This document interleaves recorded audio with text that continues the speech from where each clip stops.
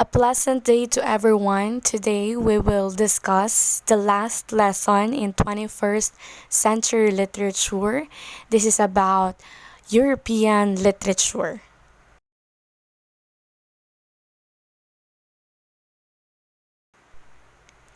To begin with, Europe is one of the seven traditional continents of the earth. Physically and geologically, Europe is the westernmost peninsula of Eurasia, west of Asia. Take a look at the map and appreciate the beauty of Europe.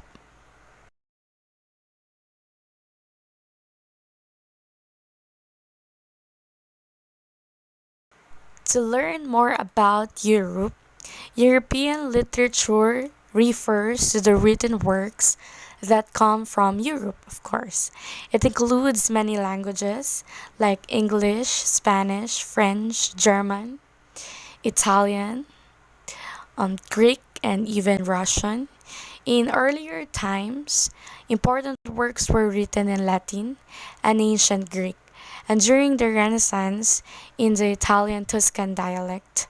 European literature is a big part of world literature and is often seen as a reflection of Western culture and ideas.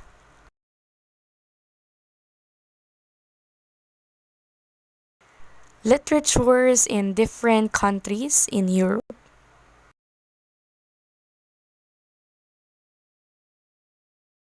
Greek literature.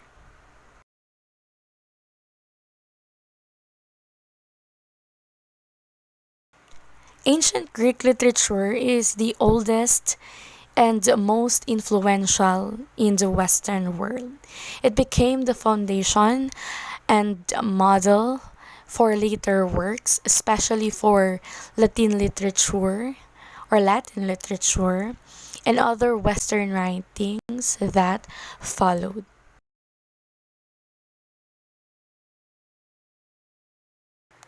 The most famous Greek playwrights who wrote classical tragedies are Aeschylus, Sophocles, and Euripides. Their works explored deep themes like faith, justice, and human suffering, and they continue to influence drama even today.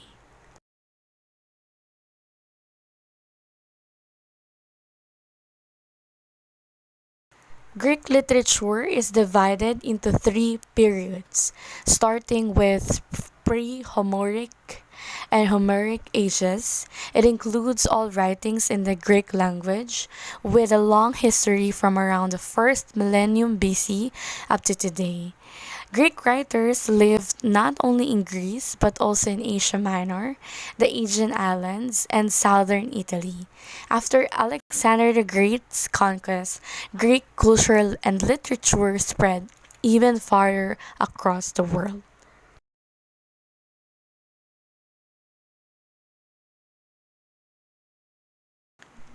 Greek eventually became the common language of the Eastern Mediterranean and later of the Byzantine Empire.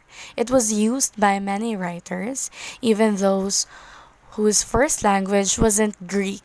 Over time, especially after the Turkish conquest in 1453, the use of Greek declined and is now mainly spoken in Greece and Cyprus.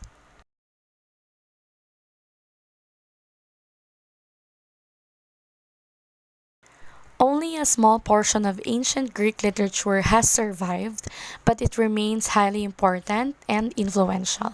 For centuries, Western writers studied and followed Greek traditions and styles, either directly or through Latin works. Many classic forms of writing we know today actually came from Greek inventions, shaping Western literature for generations.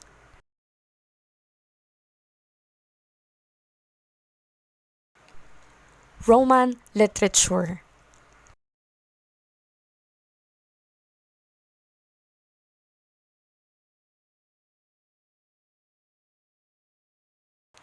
Roman literature began around the 3rd century BC and reached its golden age during the rule of Emperor Augustus. The Romans wrote poetry, history, letters, and formal speeches. Their writings were mostly practical rather than imaginative, since Romans valued duty and service to the state more than artistic pleasure. The earliest Roman writings were in the form of historical prose.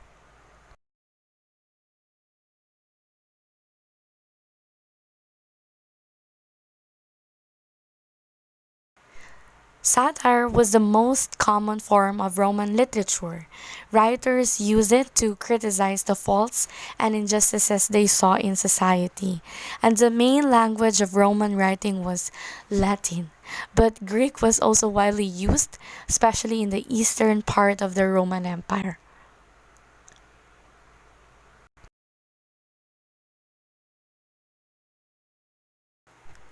Of course, in Roman literature, Virgil is considered as the greatest Roman writer. His famous masterpiece is the Aeneid. It is an epic poem that tells the legendary story of Rome's founding and celebrates its greatness.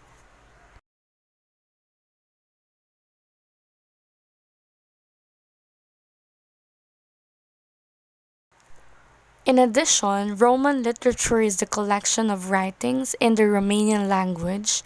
It developed alongside a rich folklore tradition of songs, stories, and plays. And the earliest Romanian texts appeared in the 15th century as translations from Slavonic religious writings.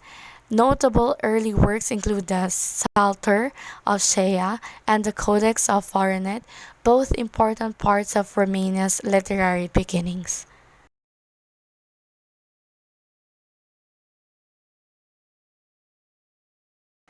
By the late 1700s, lyric poetry became popular in Romania, especially through love songs written by Alecu, inspired by the Greek poet Anacreon. His father was also a poet and wrote the first Romanian grammar.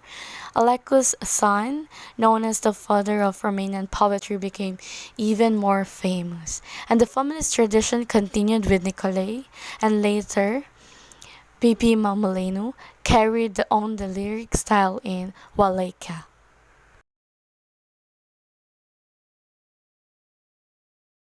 Spanish literature.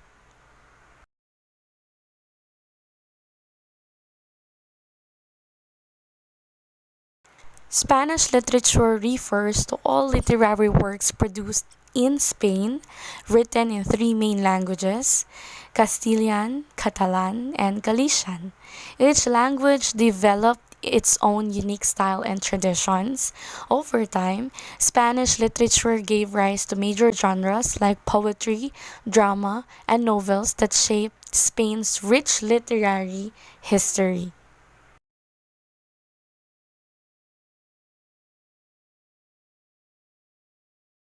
Moreover, Spanish literature mainly refers to works written in the Spanish language within the territory that is now known as the Kingdom of Spain. It reflects Spain's rich history, culture, and traditions through various forms of writing.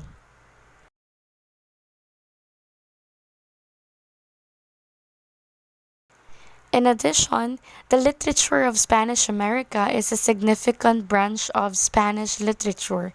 It developed its own unique style and themes, starting from the early years of Spain's conquest of the Americas.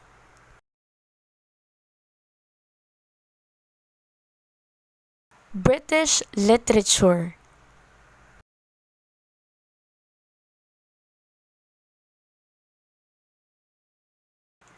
British literature includes works from the United Kingdom, Isle of Man, and Channel Islands, mainly written in English. Of course, it covers Old English or Anglo Saxon writings and also touches on Latin and Anglo Norman influences. Some Scots language writers are mentioned, though detailed discussions belong to Scottish literature.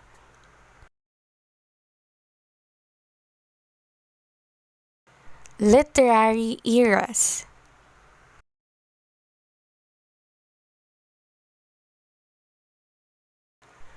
Renaissance.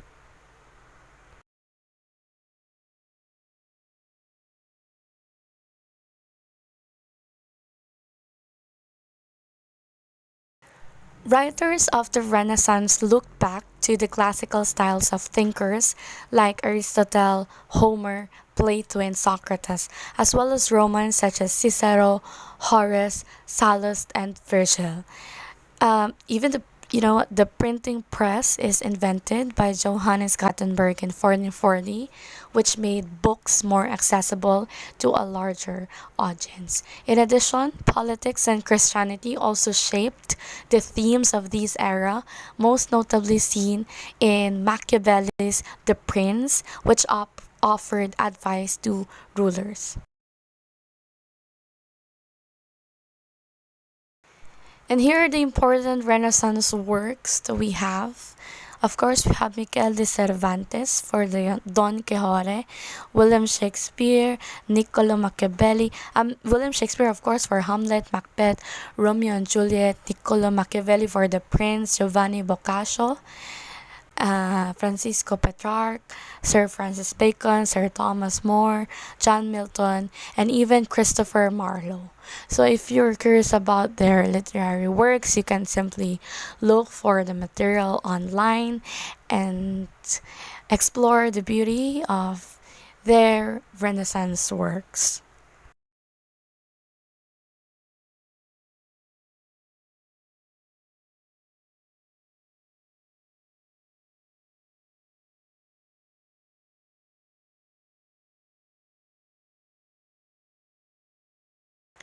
Next is the Enlightenment period. This literary period focused on reason, logic, and intellectual growth. Here, writers aim to improve society by promoting tolerance, freedom, and equality. Because of this, focus on reason may began questioning the authority of the church, leading to the rise of deism. In France, in fact, philosophers played a major role in shaping Enlightenment ideas, and as the middle class grew, prose novels and short stories became increasingly popular forms of literature.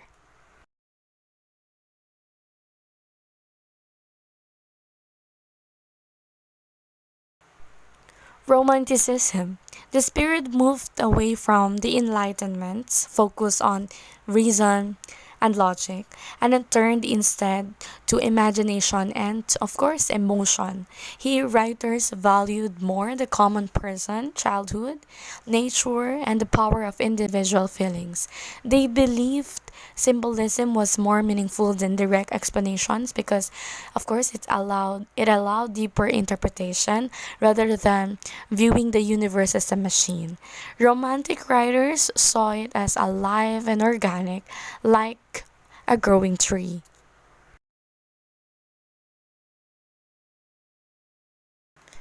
Now, in terms of romantic authors, we have the following. We have Mary Shelley, my favorite. Of course, we have Victor Hugo, my favorite as well. Samuel Taylor Coleridge, it's Friedrich Schlegel, Lord Byron, Johann Wolfgang, Sir Walter Scott, Thomas Carlyle, Chateaubriand, and Hegel.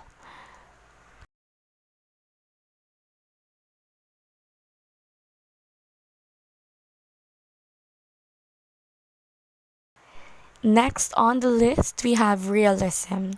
The realist movement focused on showing life as it truly was, often exposing the hypocrisy and hardships faced by ordinary people.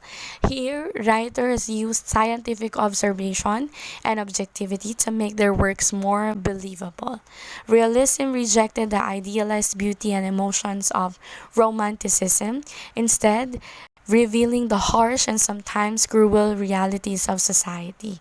Here, many writers also highlighted the negative effects of industrialization during this time.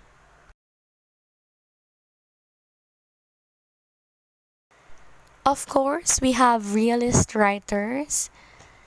We have the following: Gustave Flaubert, Henrik Ibsen, George Bernard Shaw, Charles Dickens, my favorite, Claude Bernard, Emile Zola, Fyodor Dostoevsky, and Leo Tolstoy, my favorite as well, Leo.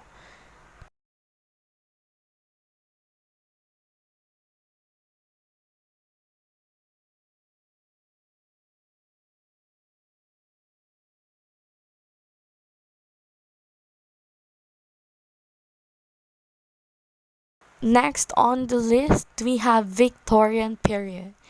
The Victorian period took a more serious and realistic view of life compared to the idealism of Romanticism. Here, nature was now seen as harsh and unforgiving, not gentle or kind. Here, writers focused on the middle class, work, and the nation as a whole rather than the individual.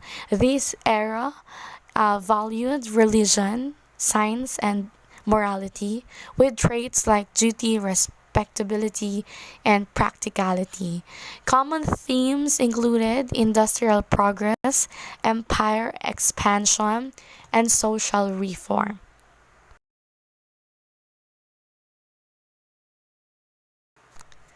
Of course, we have the following lists of the Victorian period writers. First on the list, we have Robert Browning, my favorite, Robert Louis Stevenson, Oscar Wilde, my favorite, George Eliot, Elizabeth Barrett Browning, my favorite as well, Emily Bronte, my personal favorite, Thomas Hardy, Charles Dickens, favorite as well, and Matthew Arnold. I have a lot of favorite authors.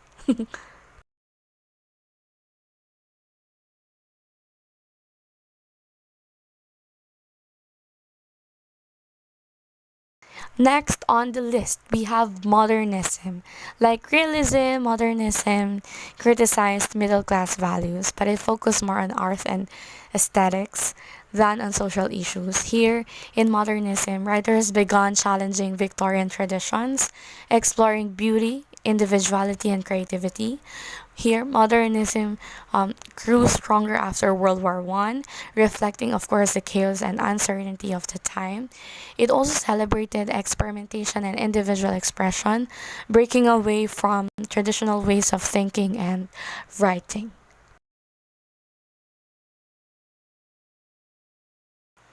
Of course, we have the modernist writer Virginia Woolf, favorite, Leonard Woolf, James Joyce, Franz Kafka, favorite, William Butler, favorite, Joseph Conrad, D.H. Lawrence, Alfred Doblin, and Hugo von Hofmannsthal.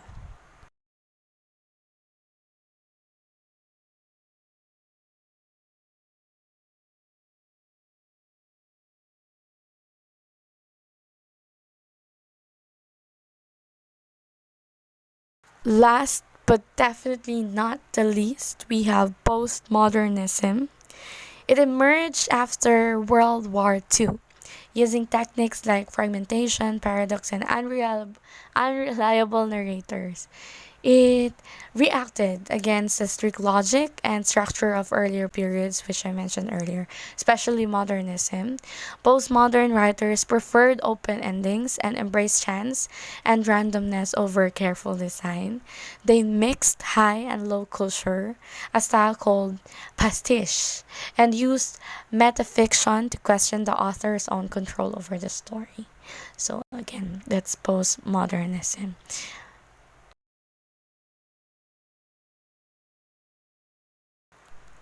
In terms of postmodernist works, we have the following: Vladimir Nabokov, John Fowles, Benedict Erfeev, Roald Dahl, George Perec, Italo Calvino, Alasdair Gray, and Alan Moore, and Dmitry Galkovsky. Again, if you're curious about their works, you can simply look for the material online and enjoy exploring the literary piece.